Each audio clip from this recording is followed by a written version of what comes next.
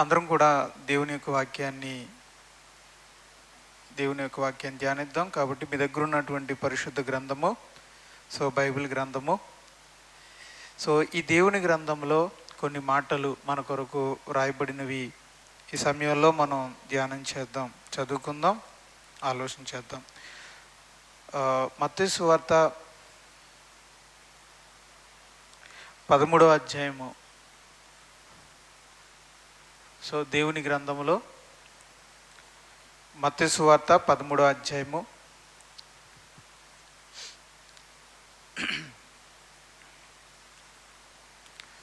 24వ వచనం నుంచి చదువుకుందాం.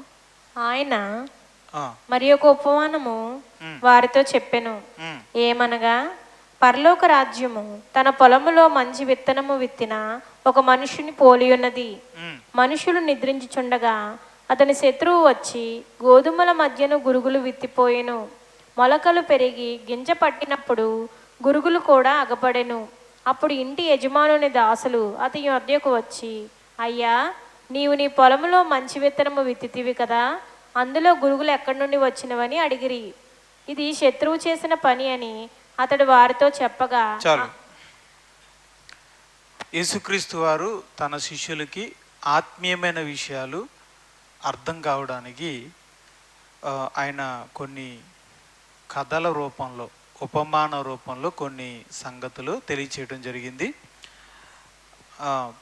ఉపమానాలు, పారాబోలాస్, రైట్. ఈ యొక్క ఉపమానాల్లో ఒక ఉపమానం మనం చదువుకున్నాం, రైట్.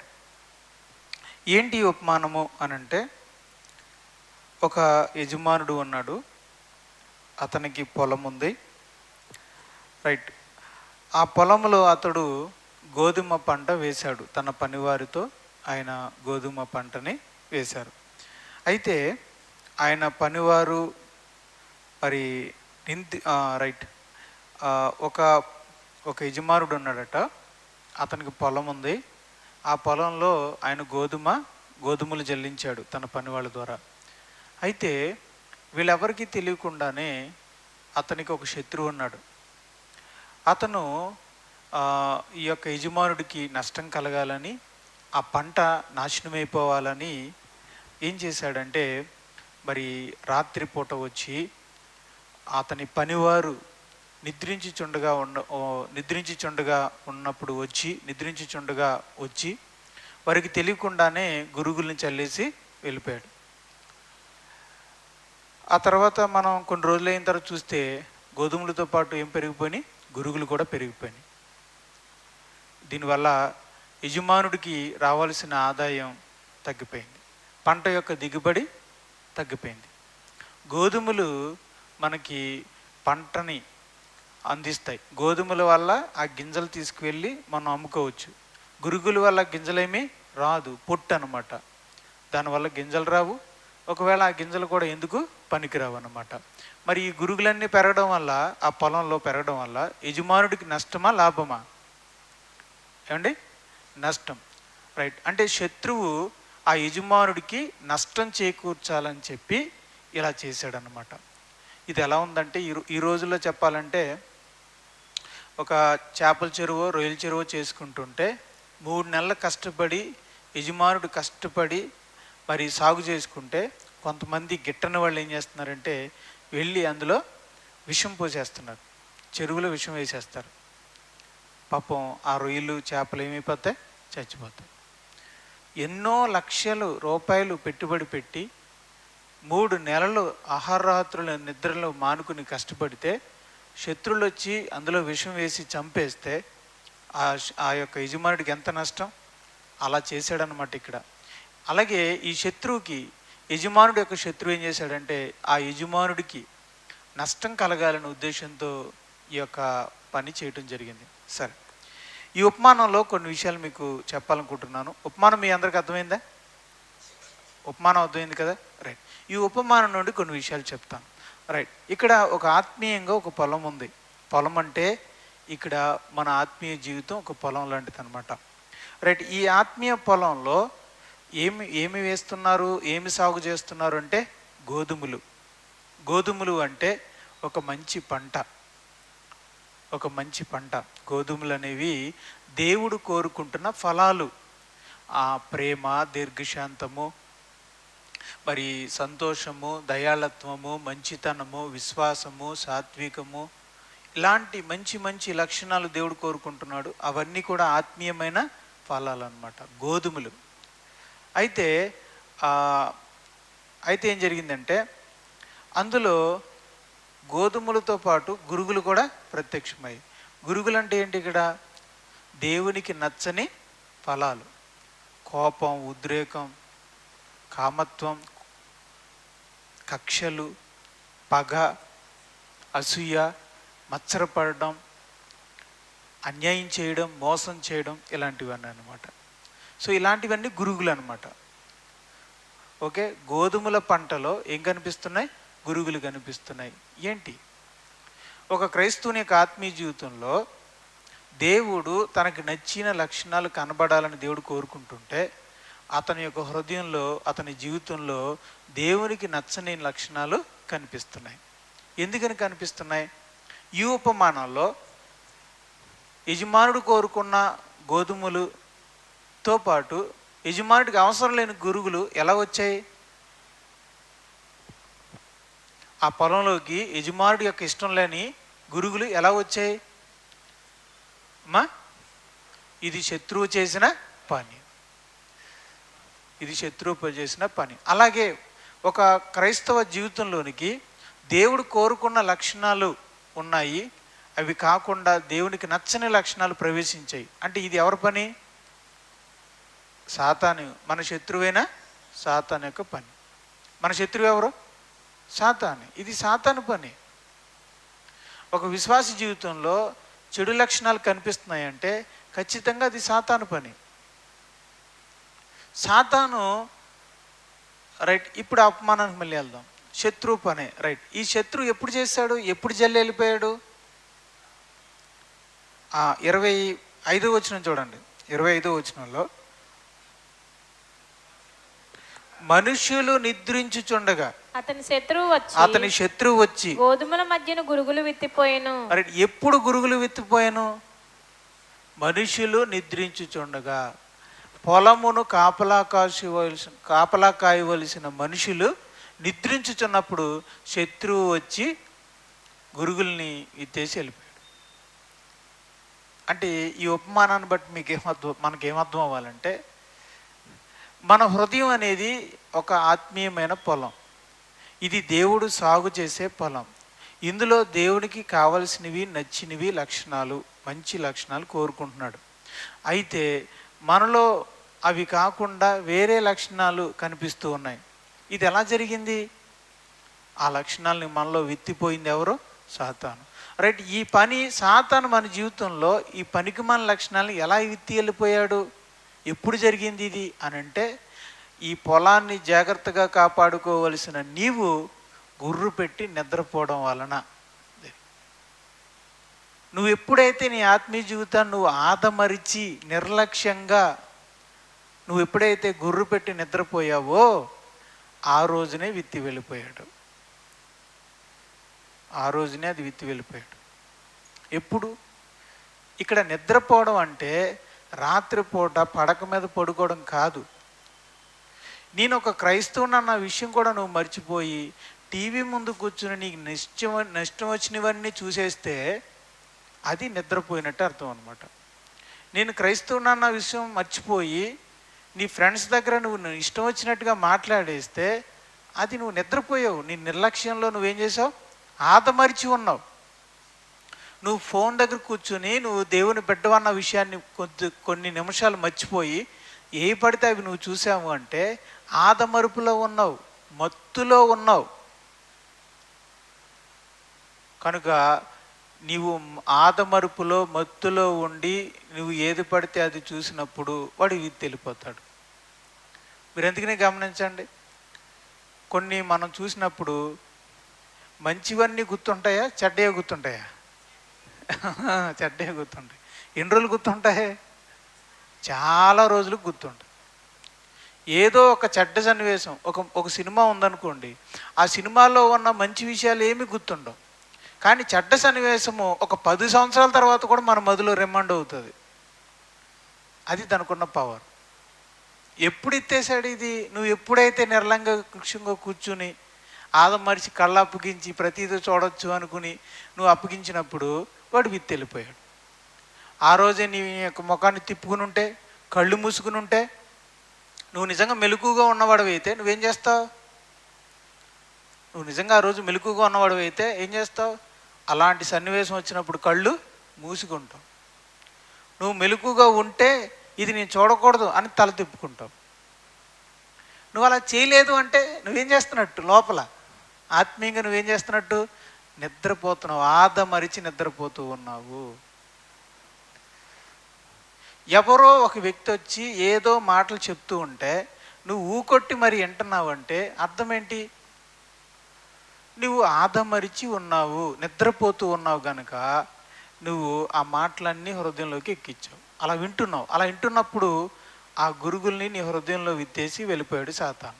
అందుకనే నేను చెప్పిన ఈ ప్రసంగం గుర్తుండకపోయినా ఆ పనికిమాలోడు చెప్పిన ఆ పనికిమాలోడు గురించి చెప్పిన విషయం మాత్రం 20 సంవత్సరాల తర్వాత అయినా గుర్తుండదు. ఇదిగో అతనంట అంతంట తిరుగుతున్నాడంట అన్న విషయం మీకు 20 సంవత్సరాల తర్వాతనే గుర్తుంటుంది. అర్థమవుతుందా? అంటే అది మీ హృదయంలో ఏం చేసింది? సాతాను వెళ్ళిపోయింది. గోధుమలు కంటే గురుగులు బలంగా ఉంటాయి.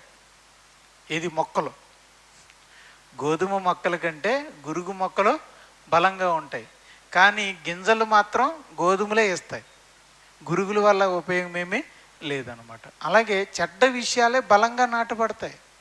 చెడ్డగా విన్న మాటలు, చెడ్డగా చూసిన విషయాలు అవే మన హృదయంలో బలంగా నాటబడతాయి. గోధుమ మొక్కను పీకితే అలా వచ్చేస్తుంది. కానీ గురుగు మొక్కని గట్టిగా పీకాలన్నమాట. గట్టిగా అది గట్టిగా పాతుకుపోయి ఉంటుంది. ఇదంతా ఎప్పుడు జరిగింది? మన లైఫ్లో ఈ గురుగులన్నీ ఎందుకు కనపడుతున్నాయి అంటే ఒకానొక రోజున మనం ఆదమరుపుగా, నిర్లక్ష్యంగా, ఆత్మీయంగా నిద్రపోయి ఉండి సాతానికి మనల్ని మనం అప్పగించుకున్నప్పుడే సాతాను వచ్చి విత్తుకుపోయాడు. నేను అడుగుతున్నాను, అక్కడ ఉన్న మనుషులు, కాపలాదారులు మెలకుగా ఉండుంటే శత్రువుడు వచ్చి విత్తనాలు విత్తి వెళ్ళిపోయే అవకాశం ఉంటుందా? అదే శత్రువు వచ్చి గురుగులు విత్తేసి వెళ్ళిపోయేవాడా? అమ్మా వెళ్ళాడు. అలాగే సాతాను కూడా మనకు తెలియకుండానే వచ్చేసి విత్తేసి అంత అవకాశం ఏమి ఉండదు. మనం అవకాశం ఇవ్వకుండా సాతాను మన జీవితంలోకి రాడు. సాతానికి అసలు పవర్సే లేవు. అతన్ని ఏదో పెద్దగా చేసి చూపిస్తూ ఉంటారు. వాడికున్న ఒకే ఒక్క పవర్ ఏంటి తెలుసా? తెలివి, అంతే. వాడి దగ్గర ఏమీ శక్తులు లేవు, మాయలు లేవు, మంత్రాలు లేవు, ఏమీ లేవు వాడి దగ్గర. ఎందుకు వాడిని గొప్పగా చేసి చూపిస్తారు? కొంతమందికి దేవుడి కంటే సాతాను అంటేనే భయం.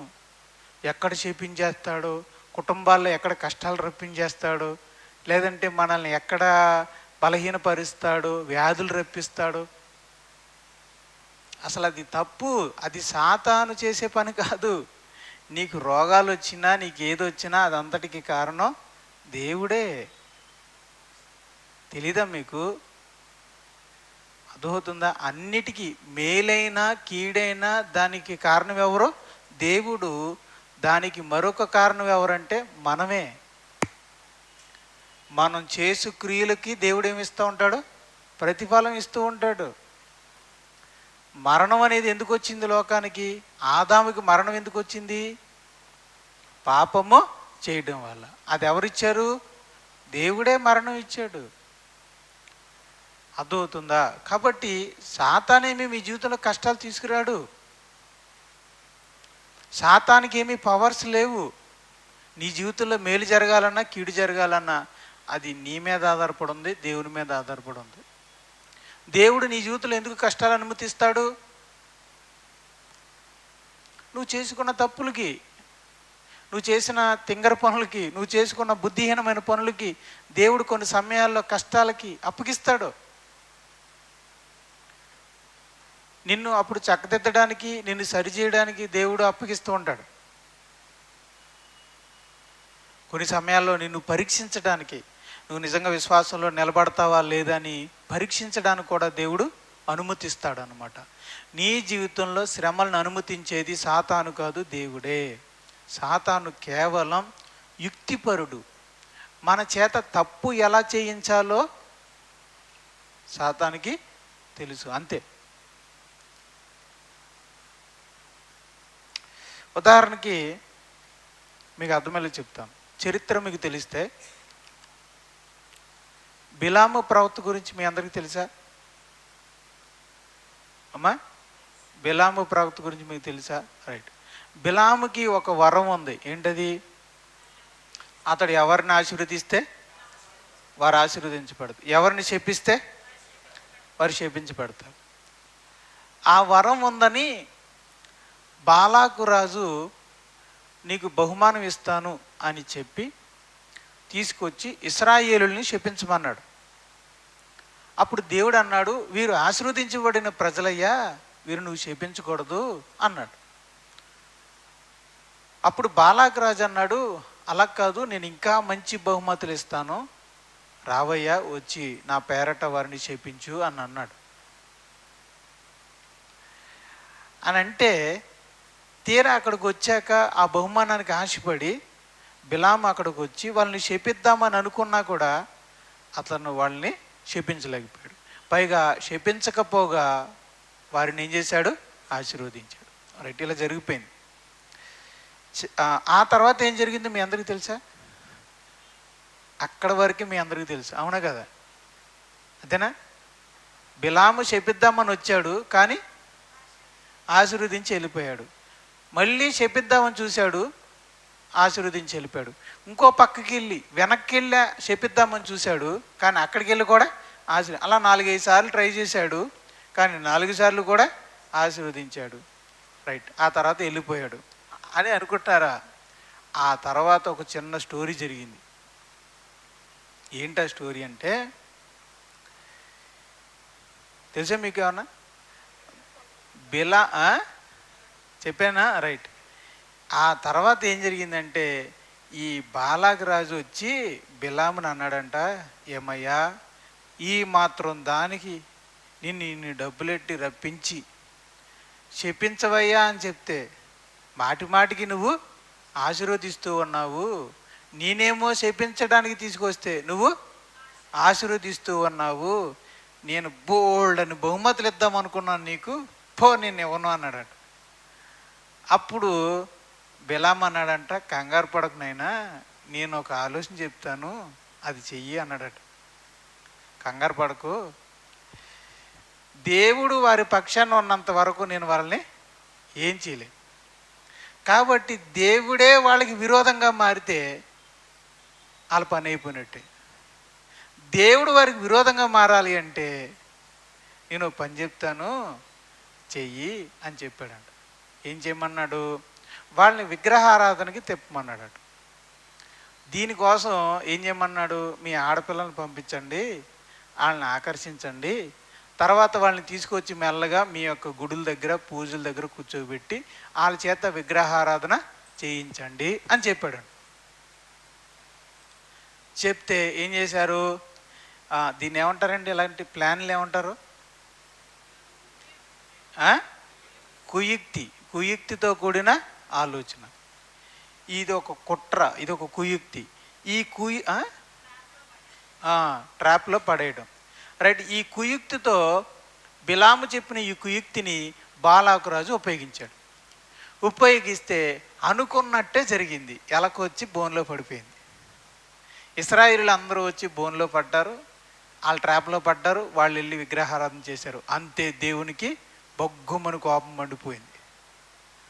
మండిపోతే దేవుడే ఒక తెగులు పంపించాడు. ఒక్క రోజులోనే 24,000 మంది చచ్చిపోయారు. ఎంతమంది? 24,000 మంది. మీకు అర్థమవుతుంది? ఇదంతా ఎందుకు చెప్పానంటే, మేలు చెయ్యాలన్నా దేవుడే, కీడు చెయ్యాలన్నా దేవుడే. ఓకేనా? ఆశీర్వదించింది దేవుడే, వారిని శపించింది కూడా దేవుడే. ఆశీర్వదించడానికి కారణం ఇశ్రాయేలులే, వారు శపించబడ్డానికి కూడా కారణం ఇశ్రాయేలులే. ఈ మధ్యలో బిలాము ఏం చేశాడైతే? బిలాము ఎలాంటోడు? వాడేమన్నా శపించాడా? వాడేమన్నా నాశనం చేశాడా? చేయలేదు. కానీ ఏం చేశాడు? ఇశ్రాయేలీలు దేవుని చేత శపించబడేలాగా వారి మీద దురాలోచన చేశాడు. అది అవునా కదా? వాడు చేసిన దురాలోచన వలన ఇశ్రాయేలీలు పాపం చేశారు. పాపాన్ని బట్టి దేవుని కోపం వచ్చింది కనుక దేవుడు వారి మీదకి తెగులు అంటే జబ్బులు పంపించాడు. పాయింట్ మీకు అర్థమైందా? ఇక్కడ బిలాం ఎవడంటే ఆడే సాతాను. ఆ పొజిషన్లో సాతాను ఉన్నాడు అనమాట. నీ జీవితంలోనికి ఏదైనా జరగాలి అంటే సాతాను కేవలం గిల్లి వెళ్ళిపోతాడు అంతే. దాన్ని జరిగిస్తావా నువ్వు నాశనం అయిపోతావు, దాన్ని జరిగించకుండా ఉన్నావా నువ్వు ఆశీర్వదించబడతావు అంతే. సాతాను చేతిలో ఏ శక్తి లేదు. నీ మీదకి అగ్ని రావాలన్నా, నీ మీదకి దేవుని ఆశీర్వాదం రావాలన్నా అది నీ చేతుల్లోనే ఉంది. కానీ సాతాను ఏం చేస్తాడంటే తెలివిగా నిన్ను ట్రాప్లో పడేయడానికి పనిచేస్తాడు. కనుక సాతాను దగ్గర ఉన్నది, వాడేమీ అగ్నిని కురిపించలేడు నీ మీదకి. అదవుతుందా? ఆకాశము నుంచి నీ మీదకి అగ్నిని కురిపించి నేనేమి భస్మం చేయలేడు. నీ జీవితంలో కష్టాలు, తెగుళ్ళు, జబ్బులు, యాక్సిడెంట్లు ఏమీ చేయలేడు. అసలు నిన్ను ముట్టలేడు. వాడికి అసలు దేహమే లేదు. కానీ బుర్ర ఉంది. ఆ బుర్రను ఉపయోగించుకొని నిన్ను ఏ విధంగానైనా ట్రాప్ చేసి దేవునికి వ్యతిరేకంగా చేయాలని అతడు ప్రయత్నిస్తూ ఉంటాడు. ఆ ట్రాప్లో నువ్వు పడిపోతావా లేదా అనేది కాదు. ఎప్పుడు పడిపోతావు నువ్వు? ఆదమరిచి నువ్వు నిద్రపోతున్నప్పుడు సాతాను తన గురుగులు విత్తెళ్ళిపోతాడు. అందుకే క్రైస్తవుడు మెలకువ కలిగి ఉండాలి. ఎప్పుడు ఎప్పుడు నువ్వు ఆఫీస్కి వెళ్ళినప్పుడు, డ్యూటీ చేస్తున్నప్పుడు నువ్వు మెలకువగా ఉండు. పనులకు వెళ్ళినప్పుడు నువ్వు మెలకువగా ఉండు. మిగతా వాళ్ళు లోకస్తులతో కలిసి నువ్వు పని చేస్తున్నప్పుడు నువ్వు దేవుని బిడ్డవన్న విషయం మర్చిపోకు. అదేంటో చాలామంది ఇంటికాడ బైబిల్ చదువుకుంటారు, ప్రార్థన చేసుకుంటారు, కానీ డ్యూటీకి అడుగు పెట్టగానే ఏదో క్రైస్తవేని అలా తీసి ఇంటికాడే పెట్టేసి వెళ్ళిపోయినట్టు అక్కడ మారిపోతారు. మోడ్ 2, మోడ్ 1, మోడ్ 2 అర్థమవుతుందా? కొంతమంది ఇంట్లో బైబిల్ చదువుకుంటూ ప్రార్థన చేసుకుంటారు, మళ్ళీ పనికి వెళ్ళిపోగానే అక్కడ మళ్ళీ మారిపోతారు. ఇంట్లో ఉన్నప్పుడు మనిషికి, పనికి వెళ్ళినప్పుడు మనిషికి సంబంధమే ఉండదు. అయ్యో బాబా నువ్వు సామాన్యుడు కాదు బాబు, నువ్వు ప్రత్యేకమైన వాడివి. ఇంట్లో ఒకలాగా, ఈదులో ఒకలాగా, పనిచేసే చోట ఒకలాగా కాదు. నువ్వు క్రైస్తవుడివి.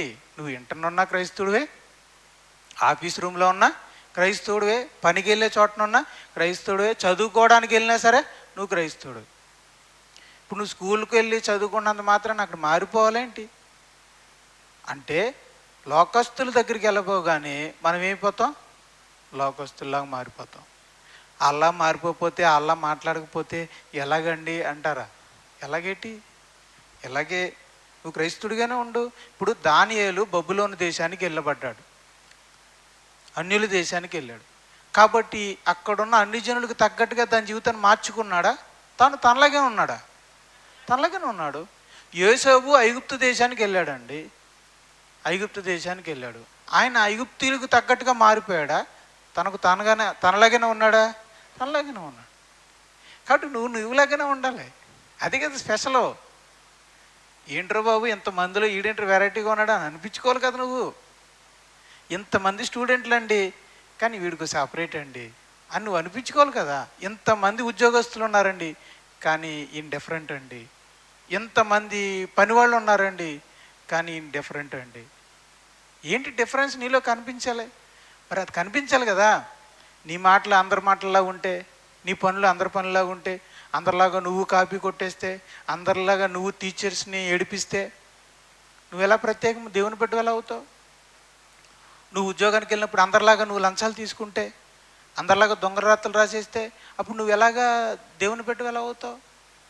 నువ్వు పనికి వెళ్ళినప్పుడు అందరిలాగా వెళ్ళి అన్నీ చాటుబాటున మరి టవల్లో కప్పేసి తెచ్చేసుకుంటే అప్పుడు నువ్వు ఎలా దేవుని బిడ్డ ఎలా అవుతావు? ఎక్కడ డిఫరెన్స్ ఉంది?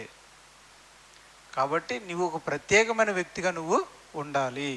కనుక నువ్వు ఎక్కడికి వెళ్ళినా ఆదమరిచి ఉండకూడదు, మెలకుగా ఉండాలి. ఒక టీవీ చూసేటప్పుడు మెలకుగా ఉండాలి, ఒక ఫోన్ చూసేటప్పుడు మెలకుగా ఉండాలి. ఎవరైనా దూరపు చుట్టం వచ్చి మాట్లాడుతున్నప్పుడు అతను ఒక ప్రమాదకరమైన వ్యక్తి అని తెలిసినప్పుడు జాగ్రత్తగా ఉండాలి. మన బంధువుల్లో ఎవరైనా ప్రమాదకరమైన వాళ్ళు ప్రమాదకరమైన మాటలు మాట్లాడతారనుకున్నప్పుడు ఎంతే తక్కువైపోవాలి. నేను చాలామందికి రెస్పెక్ట్ ఇస్తాను, పెద్దవాళ్ళు ఎవరికైనా సరే. వాళ్ళ దగ్గరికి వెళ్ళి కూర్చుంటాను, మాట్లాడాలనుకుంటాను, పెద్దోళ్ళతో మాట్లాడాలనుకుంటాను. ఎందుకంటే పెద్దవాళ్ళు మంచి అనుభవాలు చెప్తారని. కానీ వాళ్ళు కానీ రాంగ్ మాటలు చెప్తున్నారు అనుకోండి, ఇక నేను వాళ్ళతో ఇంకా అసలు జోలికి వెళ్తాను, వందనాలు చెప్తాను, పలకరిస్తాను, అంతవరకే. ఒక నవ్వు వచ్చేస్తాను అంతే. ఎందుకంటే వాళ్ళ దగ్గర ఎక్కువసేపు కూర్చున్నాం అనుకోండి, మా చుట్టాల్లోనే వాళ్ళ గురించి, మా చుట్టాల్లోనే వాళ్ళ గురించి, వీళ్ళ గురించి ఇవన్నీ చెప్తూ ఉంటారు అనమాట. ఏమంటారు వీటిని? ఫిర్యాదులు, కొండెములు, అపవాదాలు ఇవన్నీ చెప్తూ ఉంటారనమాట. ఇవన్నీ నేను ఎందుకు వినాలి, అవన్నీ నాకెందుకు అనుకుంటాను అనమాట. కాబట్టి మనం మెలకుగా ఉండాలి. మన చెవుల్ని చాటబారతగా చేసుకొని, చాటల్లాగా చేసుకొని అన్నిటినీ మనం విన్నామంటే మన చెవుల్లో ఏమి తెలిపోతాడు అమ్మా? గురుగులు విత్తి వెళ్ళిపోతాడు. కళ్ళు దేని పడితే దానికి అప్పగించామనుకో కళ్ళల్లో విత్తి వెళ్ళిపోతాడు. నోరుని అప్పగించామనుకో నోట్లో ఎత్తేసి వెళ్ళిపోతాడు. వాడికి 3 రంధ్రాలు మన హృదయంలో విత్తడానికి. ఒకటి చెవి, ఒకటి 2 కళ్ళు, 3వది నోరు అనమాట. మన వరబాబు గారు బుక్ ఇచ్చారు, పవిత్ర యుద్ధమో పరిశుద్ధ యుద్ధం అని. అందులో అపవాది యొక్క అపవాది యొక్క సైన్యం అనేది 3 చోట్ల కాపు కాస్తారు. ఒకటి చెవు అనే ద్వారం దగ్గర, ఒకటి కళ్ళు అనే ద్వారం దగ్గర, మరొకరు నోరు అనే ద్వారం దగ్గర కాపు కాస్తారు అన్నమాట శత్రువులు. లోపల ఉన్నటువంటి దేవుని దూతలేమో, దేవుని సేవకులేమో వాళ్ళని లోపల రాకుండా బాణాలు వేస్తూ ఉంటారు, లోపల రాకూడదని. వీళ్ళు వాళ్ళ మీద బాణాలు వేస్తూ ఉంటారు లోపలికి రావాలని. ఇది పవిత్ర యుద్ధం అన్నమాట. కనుక సాతాను ఎలాగైనా సరే ఈ 3 రంధ్రాల గుండా లోపలికి గురుగులు విత్తాలని చూస్తూ ఉంటాడు. అందుకే బైబిల్ గ్రంథం చెప్తుంది, ఎవరిని మృంగుదుమా, ఎప్పుడు ఎక్కడ గురుగులు విత్తుదుమా అని ప్రయత్నిస్తున్నాడు. కనుక మెలకువ కలిగి ఉండి ప్రార్థన చేయుడి, మెలకువగా ఉండు. మొదటి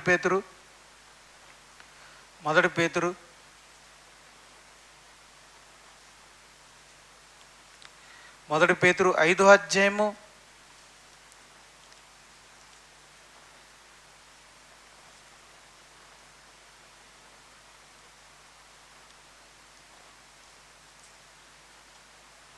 8వ వచనం. 1 పేతురు 5వ అధ్యాయం 8వ వచనం. నిబ్బరమైన బుద్ధి గలవారై మెలకుగా ఉండు. It's point. ఇక్కడ మెలకుగా ఉండండి అంటే నిద్రపోకుండా ఉండండి అని అర్థం. నిద్రపోకుండా ఉండడం అంటే అర్థం ఏంటంటే అసలు పడుకోవద్దు 24 గంటలని కాదు, దాని గురించి కాదు. నువ్వు ఆఫీస్కి వెళ్ళినా, ఇంటి దగ్గర ఉన్నా, టీవీ చూస్తున్నా, సెల్ ఫోన్ చేస్తున్నా, మరొకరితో మాట్లాడుతున్నా మెలకుగా ఉండు, అబ్జర్వేషన్లో ఉండు. నాలోకి ఏదైనా చెడుతనం వెళ్తుందా, గురుగులేమైనా నాకు సాతాను నాలోనికి పంపిస్తున్నాడా అన్నటువంటి అబ్జర్వేషన్లో, గమనికలో ఉండు అని. మరి నిద్రపోయి ఉండకు, ఆత్మీయంగా మరీ నిర్లక్ష్యంగా మందంగా నిద్రపోయినట్టుగా ఉండకు అని అర్థం. ఓకే, సో ఎందుకు మెలకుగా ఉండు? మీ విరోధి అయిన అపవాది గర్జించు సింహము వలె ఎవరిని మృంగుదునా అని వెదుకుచూ తిరుగుచున్నాడు. అది వాడు వెతుకుతూ తిరుగుతూ ఉన్నాడు గనక, మృంగేయాలనుకుంటున్నాడు గనక నువ్వు మెలకుగా ఉండు. వాడు ఫోన్లో నుంచి మింగేస్తాడు, పుస్తకం నుంచి మింగేస్తాడు, టీవీలోంచి మింగేస్తాడు, చెడ్డ స్నేహితుడి ద్వారా మింగేస్తాడు, సాటి ఉద్యోగస్తుడి ద్వారా మింగేస్తాడు, మనకు తెలియదు. మింగేయడం అంటే ఆత్మలో, శారీరకంగా కాదు. ఎలా మింగేస్తాడో మనకు తెలియదు కనుక బైబిల్ చెప్తుంది, జాగ్రత్త మెలకుగా ఉండు, జాగ్రత్త మెలకుగా ఉండు అంటుంది. రైట్. 1 పేతురు 4:7 1 పేతురు 4:7 అయితే అన్నిటి అంతము సమీపమై ఉన్నది కాగా మీరు స్వస్థ బుద్ధి గలవారై ప్రార్థనలు చేయుటకు మెలకుగా ఉండుడి. రైట్. ప్రార్థనలు చేయుటకు మెలకుగా ఉండుడి. రైట్. ఇంకోటి చూద్దాం. మత్తయి సువార్త 26వ అధ్యాయము. మత్తయి సువార్త 26వ అధ్యాయము 41. మత్తయి సువార్త మీరు శోధనలో ప్రవేశించకుండానట్లు. మత్తయి సువార్త 26వ అధ్యాయము 41. మీరు శోధనలో ప్రవేశించుకుండునట్లు మెలకుగా ఉండి ప్రార్థన చేయుడి. కనుక నీవు శోధనలోకి ప్రవేశించకుండా ఉండాలంటే మెలకుగా ఉండి ప్రార్థన చేయి. సో మెలకుగా ఉండు, ప్రార్థన చెయ్యి. అప్పుడు నువ్వు శోధనలోకి ప్రవేశించవు, నీలోనికి గురుగులు వెత్తపడవు.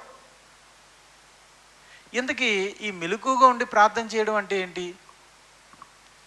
ప్రార్థన చేస్తే మెలకుగా ఉన్నట్టేనా అంటే, మన ఆచారంగా రెగ్యులర్గా మనం చేసే ప్రార్థనలు అయితే అది నిద్రపోయే ప్రార్థనలే. పొద్దునే మనం చేస్తాం, అవి చేయొద్దన్న ఉద్దేశం కాదు. అవి మాత్రమే మీరు చేస్తున్నారంటే అది మీరు నిద్రపోతున్నారని అర్థం. ప్రభువా నాకు ఆహారం ఇవ్వు, ఈరోజు నాకు ప్రయాణంలో క్షేమాన్ని ఇవ్వు అంటే ఉదయాన్నే లెగ్గానే ప్రార్థన.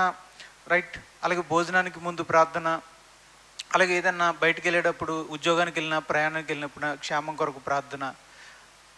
మీరు ఏదైనా పని మొదలు పెట్టారు, ప్రార్థన. ఏదైనా కొనడానికి వెళ్తున్నారు, ప్రార్థన. కొనుక్కున్నారు, ప్రార్థన. మీకు ఇవన్నీ ఓకే, నేను కాదనట్లేదు. కానీ ఇవి మాత్రమే మీరు చేస్తున్నారంటే మీరు మెలకుగా లేరని అర్థం, శుభ్రంగా పడుకున్నారని అర్థం. మరి ఎప్పుడు ఏ ప్రార్థన చేస్తే మెలకుగా ఉన్నట్టు అనంటే, ఇదిగో ప్రభువా ఈ విషయం నాకు శోధనగా ఉంది ఈరోజు, ప్రభువా దీన్ని గెలవడానికి నాకు సహాయం చేయి అని మీరంటే మీరు మెలకుగా ఉన్నారని అర్థం. ప్రభువా ఈ వ్యక్తి విషయంలో నేను శోధించబడుతున్నాను, ఆకర్షించబడుతున్నాను, ప్రభువా నాకు సహాయం చేయి అని మీరు అడుగుతున్నారంటే మీరు మెలకుగా ఉండి ప్రార్థన చేస్తున్నారని అర్థం. ప్రభువా నాలో నేను పలానా తప్పు కలిగి ఉన్నాను ప్రభువా, నేను చెట్ట తలంపులు వస్తున్నాయి, నాకు పిచ్చి పిచ్చి ఆలోచనలన్నీ వస్తున్నాయి. నాకు ఎందుకు వస్తున్నాయి ఇలాగా అంటే నాలో ఏదో తప్పు ఉంది ప్రభువా, ఎందుకు ఈ ఆలోచనలకు వస్తున్నాయి, నన్ను క్షమించు. ఇలా అన్నమాట. ఇదిగో ప్రభువా నన్ను డబ్బు బాగా ఆకర్షిస్తుంది, డబ్బు వ్యామోహం నన్ను బాగా ఆకర్షిస్తుంది, దానికి నేను లోనైపోతున్నాను, నాకు సహాయం చేయి ప్రభువా, దాని ఆకర్షణలోకి నేను వెళ్ళిపోకుండా నాకు సహాయం చేయి. సో కనుక మన పొరపాటుని ప్రార్థన చేస్తున్నప్పుడు నేను ఒకటి అడుగుతున్నాను, మనలో ఒకవేళ ఈ పొరపాటు ఉంటే, ఇది పొరపాటు అన్న విషయం గ్రహించాలి, మనందరూ ఒప్పుకోవాలి. ప్రార్థన చేసేటప్పుడు ఎవరైనా ఒకరు ప్రార్థన చేసినప్పుడు మనం ఏం చేస్తాం? ఏకీభవిస్తాం అనే పేరుతో ఉంటాం, కానీ నిజంగా ఎంతమంది ఏకీభవిస్తారు?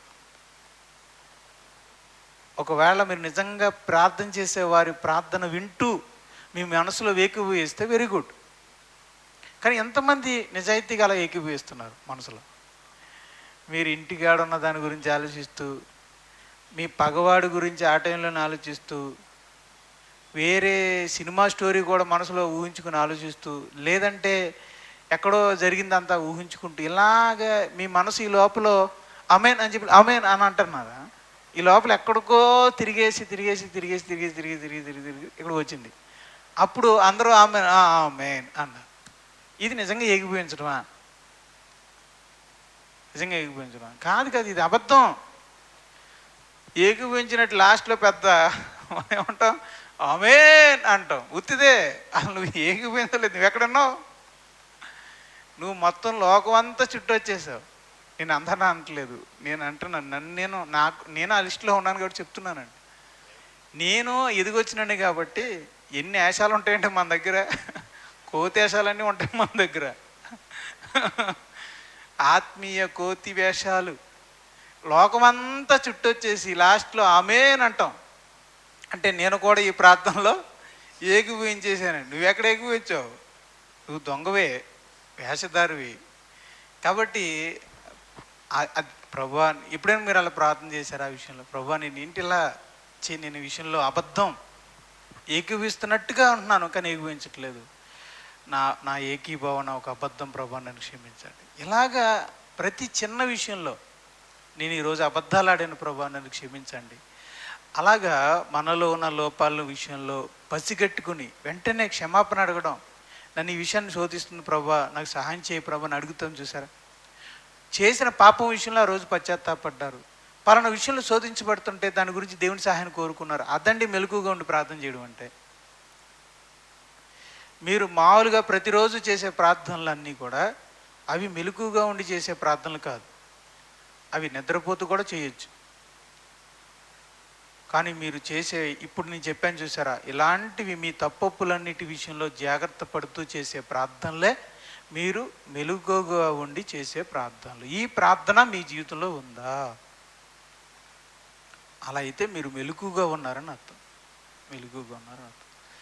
దీనికి మెలుగుగా ఉండి చేసే ప్రార్థనకి మిగతా ప్రార్థనలాగా కూర్చుని మోకరించి చేయాల్సిన అవసరం లేదు. నిలబడి కళ్ళు మూసుకుని అన్ని అవసరంలా ఆ స్పాట్లో మీరు ఎక్కడైనా చేయొచ్చు. మీరు ఒక ఆఫీస్ రూమ్లో ఉన్నారు, శోధించబడుతున్నారు, వెంటనే ప్రభువా సహాయం చేయండి ఆయన, నేను ఇక్కడ కొంచెం శోధించబడుతున్నాను, నాకు సహాయం చేయండి అని మనసులో ప్రార్థన చేసుకోవచ్చు. బస్సులో కూర్చుని ప్రార్థన చేసుకోవచ్చు. దీని గురించి మీరు ఎక్కడ ఉంటే అక్కడ ఒక నిమిషం హృదయంలో నెహెమ్యాలాగా ప్రార్థన చేసుకోవచ్చు. మెలకువగలిగి ఉండి చేసే ప్రార్థన ఎక్కడైనా, స్కూల్ క్లాసులో ఉన్నారు, శోధించబడుతున్నారు, అక్కడ ప్రార్థన చేసుకోవచ్చు. మీరు ఒక చోటన ఉద్యోగం చేస్తున్నారు, అక్కడ శోధించబడుతున్నారు, వెంటనే ప్రార్థన చేసుకోవచ్చు. దీనికోసం స్పెషల్గా రూమ్లోకి వెళ్ళి తలుపులన్నీ వేసుకుని మోకరించడానికి అంత టైం ఉండదు, అంత అవకాశం కూడా అక్కడ ఉండదు. మీరు బైక్ మీద వెళ్తున్నారు, దాని విషయంలో ప్రార్థన చేసుకుంటున్నారు, రైట్? మెలకువగలిగి ఉండి చేసే ప్రార్థనకి పొజిషన్ అవసరం లేదు, ప్లేస్ అవసరం లేదు, టైం అవసరం లేదు. కళ్ళు మూసుకుని డ్రైవింగ్లో కళ్ళు మూసుకుని చేయవసరం లేదు. డ్రైవింగ్లో ఉన్నప్పుడు కళ్ళు తెరిచే చేయాలి, అలాగే నేను. కాబట్టి దీనికి ప్లేస్ లేదు, టైం లేదు, దేనికి లేదు. సో మెలకువగా ఉండి చేసే ప్రార్థన ఎప్పుడైనా చేయొచ్చు, రైట్? దీన్ని కళ్ళు మూసిని చేయాలనే లేదు, కళ్ళు తెరిసైనా చేయొచ్చు. ఓకేనండి, రైట్.